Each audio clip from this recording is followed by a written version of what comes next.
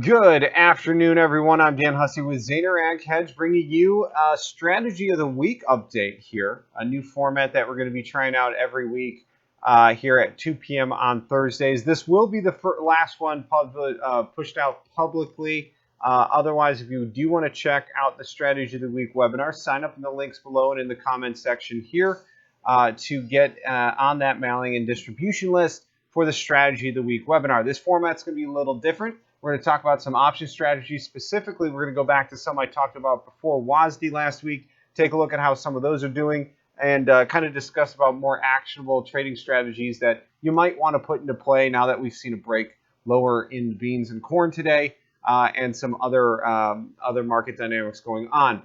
Otherwise, the Strategy of the Day updates will be coming to you still live here onto Facebook in these live streams, and of course, my morning calls there where we do a little bit of a news read and update for you. So remember, trading futures involves risk and is not suitable for all investors. So everything I talk about here today is just my own opinion and not a direct trade recommendation. But like I said, I'd love the opportunity to discuss in more detail those with you, or some of these ideas with you. So just taking a look real quick at our larger time frame charts. We've been looking at some of the technicals like our 55, 100, and 200-day moving averages on corn and beans over the last couple of weeks. How we've seen a lot of consolidation inside of the trading ranges that we've been in. And starting here today with soybeans, our biggest loser on the day, finishing down over 30 cents there in November. This is exactly the flush out in the sell-off that I feared might be coming if we were unable to break out of, trendline resistance against the highs that we've been discussing. If we were unable to stay and sustain a rally above the 100-day moving average, which is right on top of the 18-day moving average there at 1345, 1346, and now back below that 55-day moving average at 1357. We'll be watching to see if we get a crossover event where the 55 drops below that 100 and could spark some more technical selling. Now, we are below trendline support that was holding us up through the WASD release from last week. And now that we are back below that level here today, which was around the 1330, 1335 area, I do fear that we might see some technical selling take over. The 100 or 200-day moving average is down around 1241, coincides with the lows from the month of June.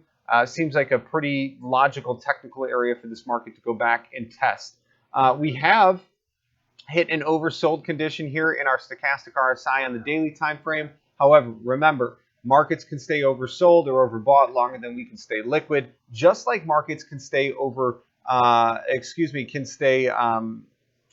not fundamentally driven longer than we can stay liquid as well. So the fundamentals still maybe are calling for a move higher, but obviously here today we're not seeing that on the chart just yet. We'll see. 1 day down, well, this is the third day down now off the highs, but certainly we're still inside of the larger range at this time. So breaking down our 4-hour chart here, and then we'll look at some options that I think might still be appropriate for this market in a way of getting protection, going forward. We'll actually look at what's referred to as a risk reversal strategy. It involves, it's really meant for producers where we sell a call, use that to finance and buy a put at this time. Mainly because puts have obviously gone up in value. So there's no excuse not to get that floor in and under price, and there's ways of utilizing the board to help do that.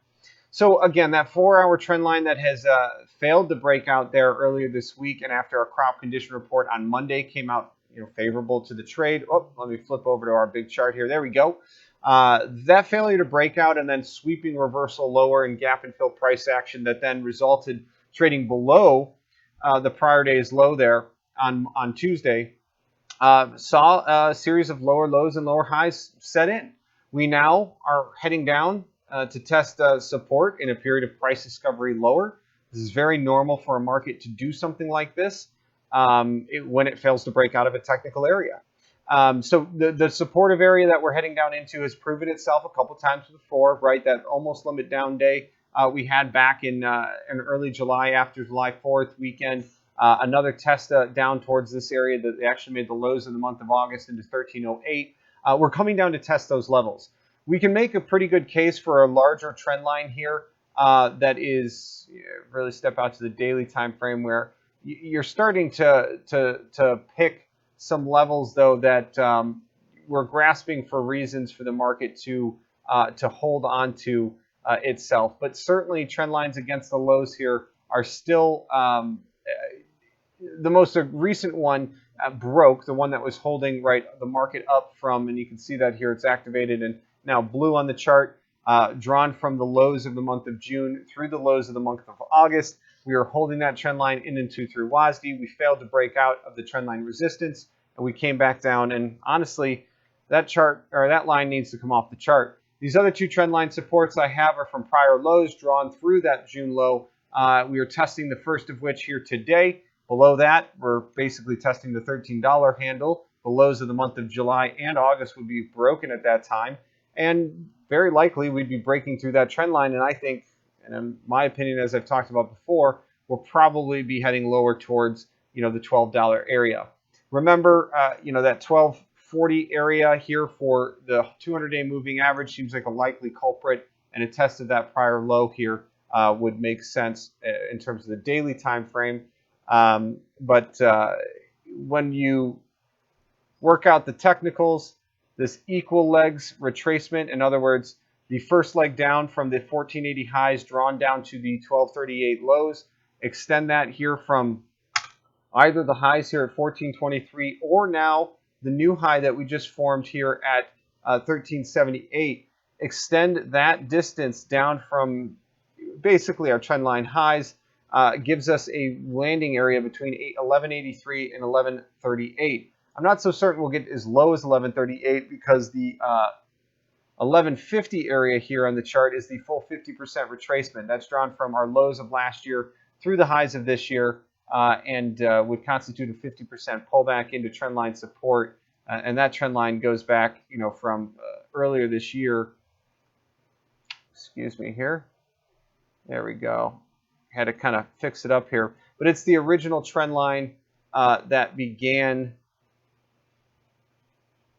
There we go. A couple ways to draw it here. There we go. A couple trend lines here, but I guess it's around $11 and around $12 at this time. But anyway, it gives us an area of technical confluence where there's a lot of levels between $12 and $11.50 that we need to be aware of on a dip down for the soybeans. So not to mention, a cluster of prior highs and lows that we were forming into the end of 2021 that we eventually broke out of, consolidated above. Now we're breaking back down to test that broken resistance now as support, and feels like a perfectly technical move on the charts to me.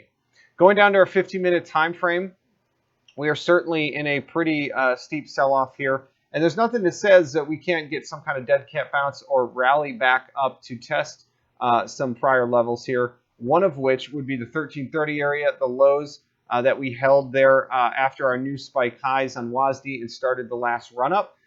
Testing that area as broken support, now as resistance. It wasn't really support here on its way down. We only held it for about 15 to 20 minutes before breaking below it here today. But a move back up to 1130 is certainly an interesting level to keep an eye on. We can find pretty much more aggressive trend lines here. I don't necessarily expect them to fail, but a move back up to 1330 here overnight and into tomorrow is a technical level to keep an eye on. There is going to be another trend line up around 1340, and that 1340 area has plenty of highs and lows here that we found to start today's session off. That could be an easy area for this market to test back to before continuing lower, if it is going to continue lower. Because again, we are still in a bigger range, but I think at this point we've seen enough exhaustion. We've got enough positive news. If this market can't get going by now, we're probably going to continue lower. The full 50% retracement now from the highs of the month of July to the lows that we just made would come in at 1346. So again, lots now of resistance to chew through. And one really big concerning factor for the bulls here is that we settled the day below the lows from our WASD report. Okay, that was the low at around 1320 that we were holding. It was certainly the range lows that we had come back above and were holding into that WASD. And now below those levels here today, if we remain below 1320, 1325, certainly below 1330, this market's probably going to continue lower more aggressively. Now, again, if we get some kind of consolidation, any kind of bounce here, 1330, 1340s, there's plenty of resistance now.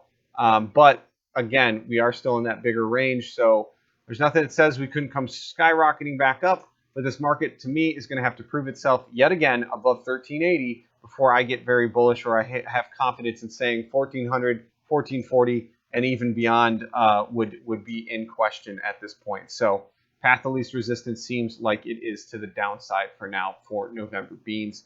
And a break below 1300 would certainly confirm that and wipe this slate clean of all the technicals that we could possibly put on this chart that are holding us up before that 1241 low. So let's take a quick look at corn, and then we'll look at some of those risk reversal or some other strategies that we might be interested in or might entice people to utilize the board to do some protective strategies for you. The December corn, again, before I say anything else, it is still very much in a range, and while we're holding above the 560 area, I had some confidence that we were still trying to progress higher. Today, to me, was the breakdown and seeing corn break down alongside soybeans that unfortunately I think ended that scenario for the time being. And it doesn't mean we can't get to $6 corn again, and certainly we may not go as far as $5, but this range, every time we have had a failure to break out of the trend line, through highs, which came in at 594 on the new spike day, or somewhere in that area, right? Call it the $6 figure. Failure to break above $6 right now for December corn. How many times does it have to fail before we go back down and test $5? Well, it looks like this was the fourth failure of that level to break. And the market has now broken below trendline support. Very similarly, that shorter time frame trend line that was drawn from the lows of July through the lows of August, was holding the market up into and through that WASDE report. That's now broken. We've also fallen back down into the pre-WASDE range that we were in. Not a great look. And like the soybeans, we are back below the 100-day. Soybeans need to break below that 100-day. Wait, do they? Let's double check. Nope, we're below it. One of those days, right? We're below the 18-day, 55-day, and 100-day moving averages again for corn. The 200-day is down around 495 at the threat of sounding like a broken record yet again. That 495 area is very close to the 477 area where there's that open gap below, and we have both equal legs measurements and potentially a full 50% retracement, just like soybeans did on that daily time frame. We'll take a look at that chart in just a minute. But again, below all three of those technical indicators, the 100-day moving average I thought was a very important one for the corn market to stay above for December. It had been holding us up all through that range, gave us that spike up to $6 off that level, but now coming back down to it basically at 550 to close the day was not a great look for December corn. Okay, much larger trend lines down around the $5 level to test again. And I believe we're just in a period of price discovery after having failed to break out of this range yet one more time back down in the range. So I still think there is some good downside potential there for December corn that hasn't been totally wasted. So up until yesterday and today, we were watching these old highs from that range for August that were holding up. Sorry, again, let me bring up that chart. There we go. We were watching these old highs from a technical perspective for December corn. They were giving us an area of support in this market that from our new spike up, we had been consolidating down and against. A failure really a failure to get any kind of follow through here is the name of the game. And corn fell back down below its channel that we had loosely drawn up on the chart, but really was that these trend line supports that are these supportive areas formed by the trend lines against the lows that have now failed. December corn, sorry, I didn't realize I had so many goofy drawings up on here. December corn's old trend line that we talked about that it failed to break out of, very similarly to November beans.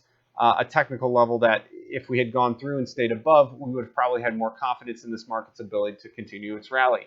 Now that we've broke back down into the old range, the old lows at 540 for the month of August, I think are in question.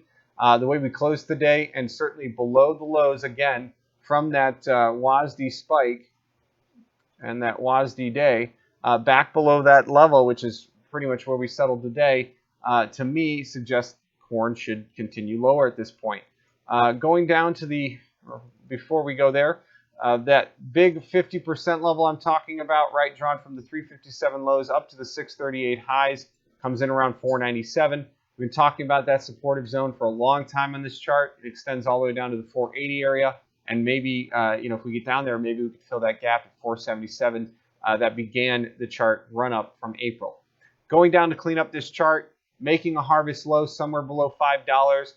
Fear on fire sell-offs. People are fearful that $5 will never come again. Everybody starts selling down there, and at that point is, I think, where we'd see that real demand come in, buy this chart back up, and into, who knows, weather markets that could take over into next March and other things for corn, and certainly the price of soybeans where they're at might shift a big number of acres over to beans.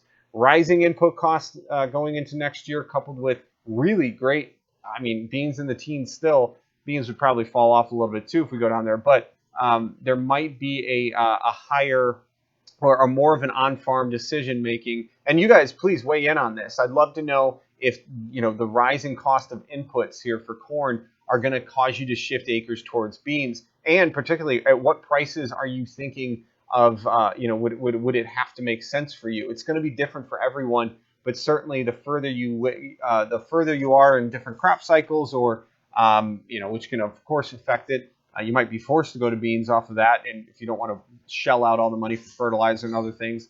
But these are real input costs now that are we're seeing the grumblings all over social media that we're starting to get concerned about. So please weigh in on that discussion here. I'd love to start one. Not that there's much we can do on the hedging side for it just yet. But there are certainly products that are coming out that might be able to help us in that arena. All right, anyway, that's not what we're here for. Going down to the 15-minute chart for soybeans or corn, we now have new trend lines against the highs we need to watch. The first kind of easy one to pick out here is around the 555 area. Next one would be around 560. And obviously now broken support being tested as resistance. This 565 down through it's really, to me, 560 area. There we go. This cluster of all the lows from the last week. Now that we're below that area, I don't really anticipate December corn, and I would need to see December corn to get back above 560 to start even remotely talking about getting back to the 594 area. Now I believe we're in a period of price discovery lower, and much lower, certainly below the 540 lows for the month of August, would very likely take us down, just right back down on the range we've been, down to a retest of the $5.20 to $5 area, old trend lines, all that good stuff that we could always talk about. So there's still some room to the downside on this chart. So if you haven't gotten sales done, I definitely urge you, at least from a cash perspective, to go and do something at this point. Hedge to arrives are a great way of not having to shell out that margin money to get a futures position on to protect yourself. But the truth of the matter is that selling a futures position isn't always the best way of going about risk management. It completely negates any potential upside for yourself, and you don't give yourself the much ability. Certainly when you just sell a future, you don't give yourself much ability to do anything but work your way out of that future. You can always sell options against it and other things, but when you do it in a hedge to arrive situation, right, it's removed from your futures account. So it's not actually, that short future there isn't going to actually help you if you wanted to sell a call or sell a put against it and some kind of reownership strategy. I'm not a huge put sale type of trader. I think that it opens the producer up to a little bit too much risk at times, particularly if you don't nail the market turning and heading higher. You've got that naked short effectively. Although, from a marketing perspective, it's certainly, naked long. Although from a marketing perspective, it can be a good reownership type strategy. But why not buy a call, have limited risk, and open up the upside, as high, and let the market go as much as you want. The problem, of course, with calls is financing them. They cost a lot of money usually when you look far out because of all that time value. And how many of us have bought a call and just watched that time value erode away? And even as the market starts to go in our favor or even in the money, we're still not ahead on that strike because we spent way too much in time value. Well, that's why I want to look at today a type of strategy called a risk reversal strategy. This is not a call. However, utilizing obviously a long call position against like an HTA or a short futures position gives us what we refer to as a synthetic put. It gives us that downside protection, but it can open us up to the upside. So what we're going to do today is first start with December corn.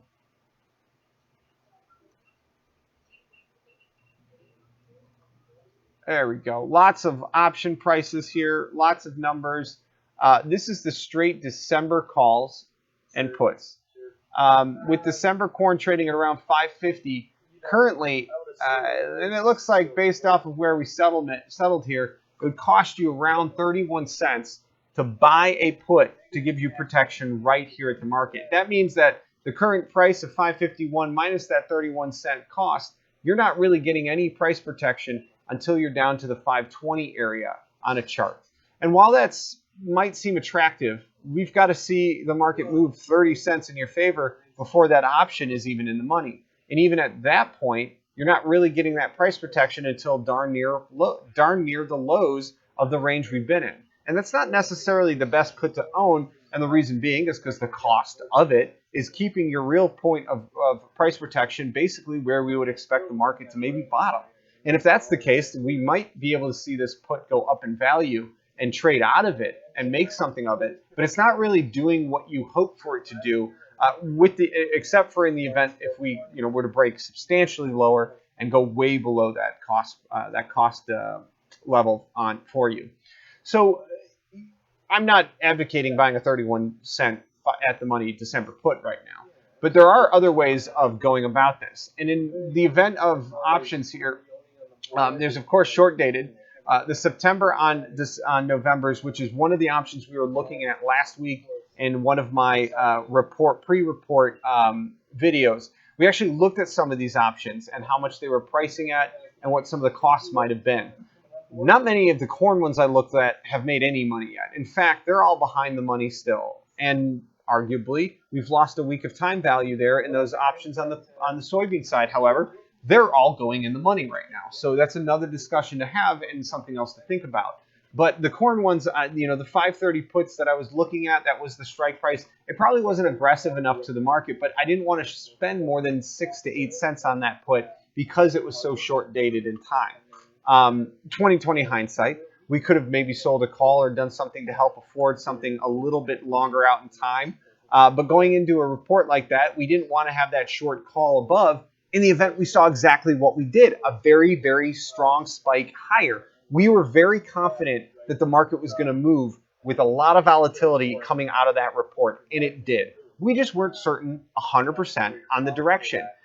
There was the scenario where we went up very quickly and reversed very hard, like we're doing right now, where getting something that was out beyond last Friday's expiration into this Friday or maybe into October was probably the better play. However, if you wanted that very cheap protection just for that report, something that expired that Friday after was going for next to nothing. You almost paid more in commission on them than you did for the actual options. But the truth is they gave you very good, or you might have actually, the joke being there is that they cost, you could have spent a penny or two to get something there, right?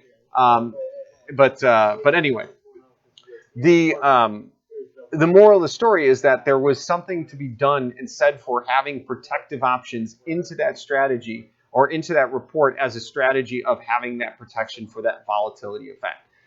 Now that the volatility has happened, we've already proven we couldn't break out of this market to the upside.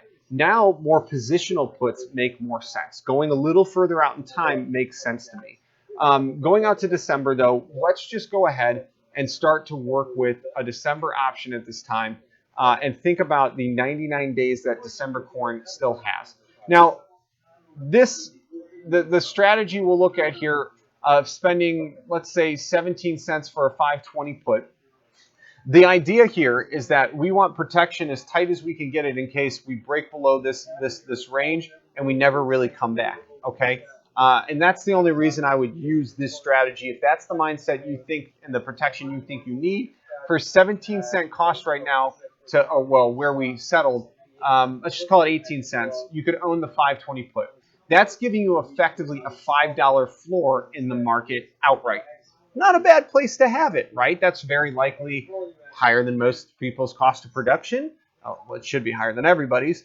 But it's also, more importantly, above the average price that we've seen over the last 5 years for December corn. We're getting a very good value, in my opinion, out of that over the next 100 days. And this is assuming that we were to break below that $5 level. Now, selling a call above, we don't have to go that high to be able to afford or go or have a call that wild above. You know, at this point in time, I do think we would go above $6 if we got back above that area on the chart. However, a $6 call right now brings in, well, settled the day here at 15 cents, right? Bring down to a 620 call. I'd say getting called away from your crop at 620 is a pretty good place to be at this point in terms of if that's your sale here from this strategy. That's not a bad one. I mean, that's 70 cents of improvement from where we are right now. It would cost you 11. You'd be bringing in 11 and call it 11 cents. I like to round down on those. So at an outright cost of 9 cents at this point, by selling a 620 call and using it to buy the 520 put, spending that 18 cents and bringing in 11, you're able to. I'm sorry, at a 7 cent cost, add in a penny of other costs there, so at 8 cents. You're able to put a $5, well, really at this point, a 512 floor in on the market for yourself. Still now, with 100 days left to go in the range that we're in.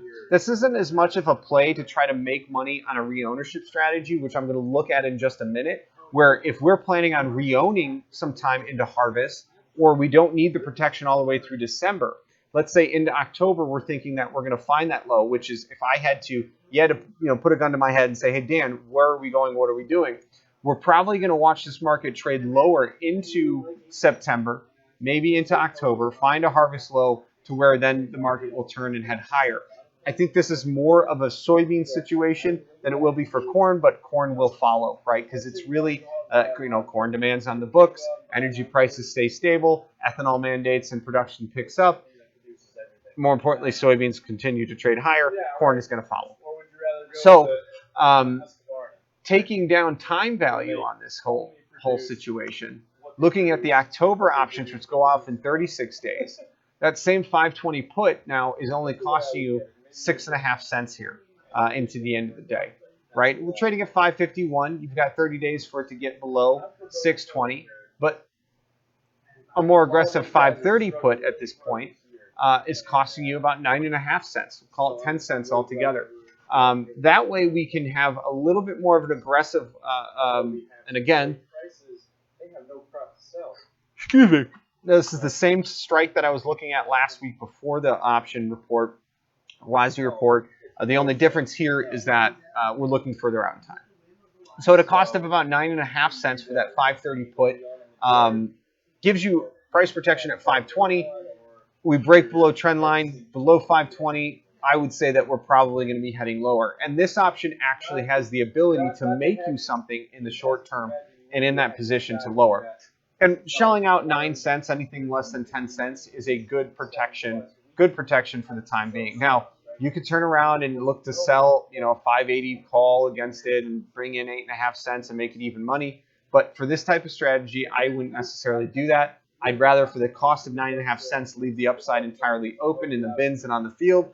By the way, if you're right about this option, and we do head lower with 530, ideally, as we get down towards, the 480 to 460 area with a 530 put, we'd be able to buy futures or even do some kind of re-ownership strategy against that position, which would eventually become a short futures from the 530 strike. So let's imagine for a second at that September option expiration, the October option expiration at the end of September. so 36 days from now, if that option were in the money, you'd have a short futures position in December from 5:30.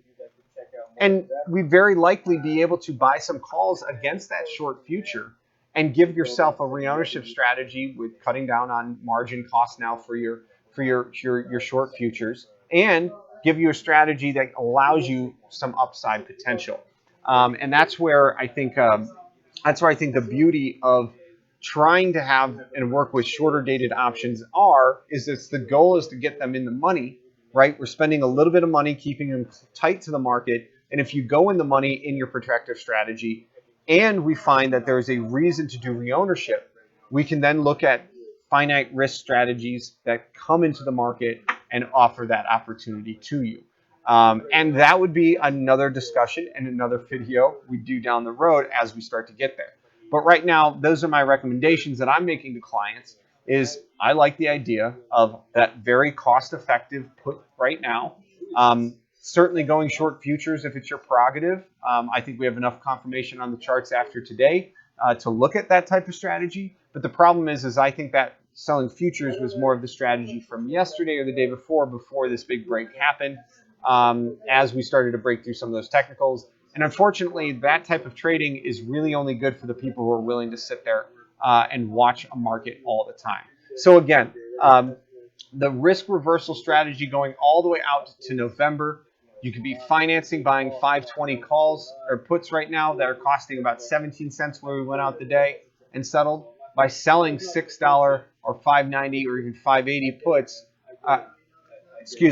Buying the 520 puts by selling those $5.90, $6 or even $6.10 strikes there, call strikes. And by the way, as we start to turn higher, if we're worried about those short calls and then working against us, you would have some time here to enter into long futures positions to negate that, or buy calls in and of themselves, which is another strategy we could talk about, to negate that short call exposure as well. Again, something in the air today. My favorite strategy right now is to get in about 30 days of protection, just to make sure that we get through that harvest time frame. Those October options that take you through the end of September, in my opinion, would do that for corn at this time. And I really like that 520 to 530 strike area where we're trading and spending between 7 to 12 cents to get an option that actually 6.5 to 11 cents to get an option that's just below the lows of August, and that if we do take a dive down to $5 is already cost effective for you in terms of just raw P&L on the option. And that's not including the benefit it gives you as a producer, right? So let's take a look at soybeans now. A little bit more complex of a market here today, because I think the volatility has really spiked up the price of some of these puts, but that's the cost of doing them now versus at the end. So November puts right now, you're at the money 1320 put, going for a whopping 41 cents. Yeah. You're at the money puts last week before WASI were probably going for 35 cents. But the cost here with the spike in volatility has really made options in the soybeans a little bit more expensive. That's fine. There's ways of making that more cost effective for us. Again, now that we've traded down to 1320, some of the options, here's where I want to look at the options that did kind of work out from last week. Again, the corn ones are I don't know if the ones that expire tomorrow will have anything left in them, maybe a penny or two that you could probably get out of. But the 530 strike we looked at then, okay, the 1320 strike we looked at that expires this Friday. That is one we looked at here. I think they were going for, I want to say they were going for around 13 cents. They went out the day here, valued at 5 cents, but they got as high as 9. And again, we go through the lows of the day. They're in the money, and they're going to be worth that 13 cents. We only have to get down to the lows of August, which certainly looks like this market is going to try for those money to be not only in the money, but cost effective to what we paid for them. And that's would have to happen tomorrow. Now, we bounced tomorrow. We also looked at the short dated Septembers. which are off the November contract. The 1320s and 1330s back last week. Now they're worth, looks like 14, almost 15 cents for the 1320, almost 21 cents for the 1330. Those options are now going in the money and have an entire, whole new week against them. I think we also might have looked at the $13. That's up to 9 cents. That one I know is worth about 13 or going for 13 cents before the WASDE report. So all these options have clammed back in their values. Notice that none of them are worth more than what you would have paid for them last week before WASDE report. But the idea that they're actually giving you that protection in the market is what's important to remember here. And we go 10 cents lower, they're all going to be worth what we would have paid for them last week. And at the end of the day, we would be looking at a market that is maybe going a lot lower, and hopefully we'd be making money on them. It stinks to see our option protection do the work for us and making money, but that's why we use them. At this time, though, 8 days left on these. They go off next week. They're kind of interesting to me in a sense that a $13 put here that goes off next week. If you really want the protection and we think we're going down hard, that's for 9 to 10 cents. That's not a bad opportunity, in my opinion, to get protection. That kicks in at above 12.90, and then if we're going down to 12.40, like I think, that option's got 40 cents of potential just into the next week alone, 40 to 50. And if we go a lot lower down towards below that $12 mark that we talked about, obviously a whole lot more opportunity there. Now, the October options here, just like we were looking at in corn, the Octobers here go off at the end of September, 36 days left on them. The at-the-money 1320 put going for 30 cents here, 30 and a half, call it 31, pretty expensive, and gives you that price protection above 12.90 or below 12.90. That's a little far off for me. The $13 puts, I don't like the fact that they're costing 21 cents just out the door right now. And I'm looking at this theoretical value and this last price because those are effectively our settlement price here. So the 21 cent cost for a $13 put doesn't even kick in to $12.79 for you, which that's okay. It's protection for the next 30 days, but the protection at almost three-quarters of a penny a day. We can negate some of that cost here by turning around and looking at the call side. But if you notice, the calls here don't have much premium to speak of to be able to sell.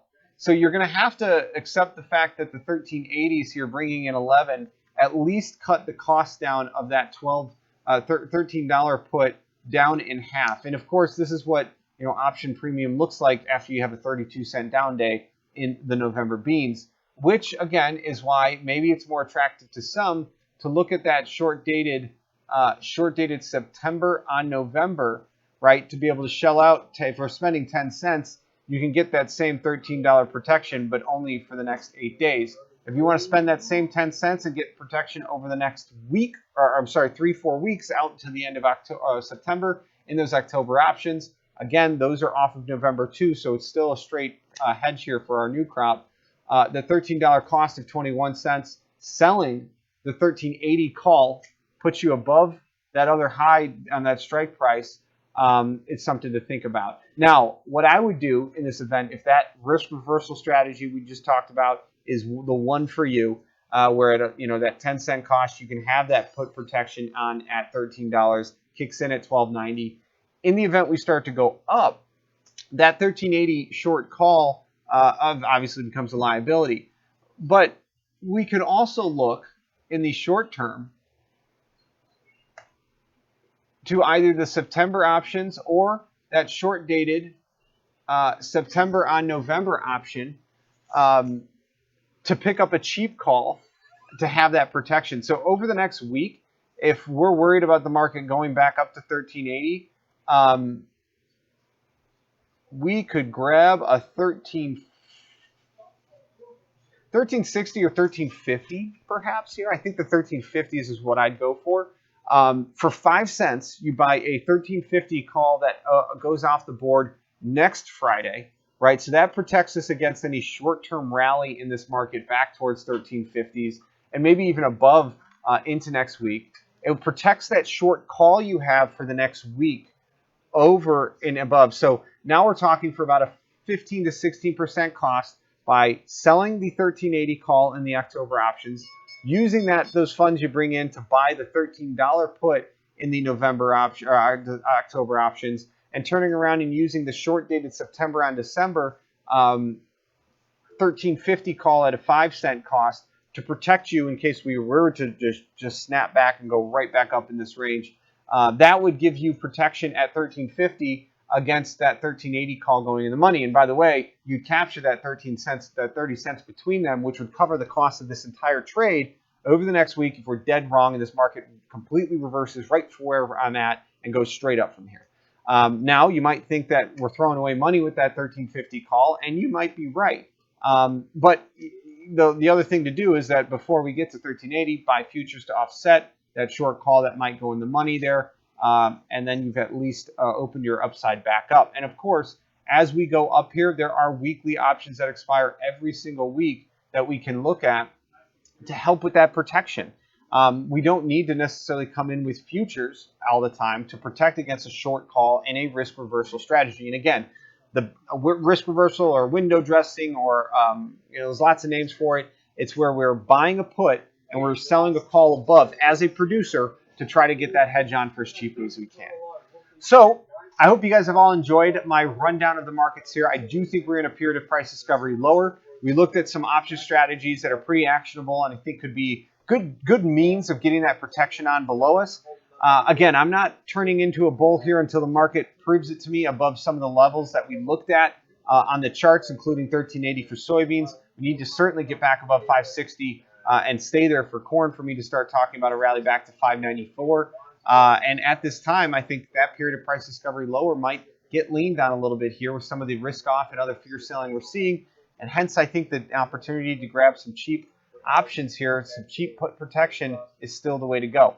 Now, before we wrap, if we do see a harvest row start to form over the next weeks, we get that flush out, the puts are in the money, we're making money on the futures side here and in the futures account, there's definitely going to be re-ownership strategies we'll look at to how to then turn that profit from the puts back around and get some re-ownership done. And at that time, if we haven't done cash sales or something else, it's at least a way of cost averaging into those better prices. So have a great day, everybody. We'll be back with you as price action develops. Remember, I can always be reached over here at Zaner at 312-277-0110. You can find me on Twitter, find me on Facebook, shoot me an email. Be sure to sign up in the links below if you want to continue to receive the updates for this Strategy of the Week webinar, where we're going to go over more option ideas, trading strategies, and ways to put actionable hedging into your trade plan.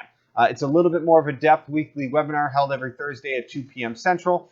And otherwise, stay tuned for my Strategy of the Day updates coming out periodically. And of course, those morning ag market updates where we give you a good rundown of the news reports. Sign up in the links below to also receive our free Zaner Daily newsletter, where you can get our full market commentary from our whole team over here at Zaner. Have a great day, everybody, and we'll be back with you as price action develops.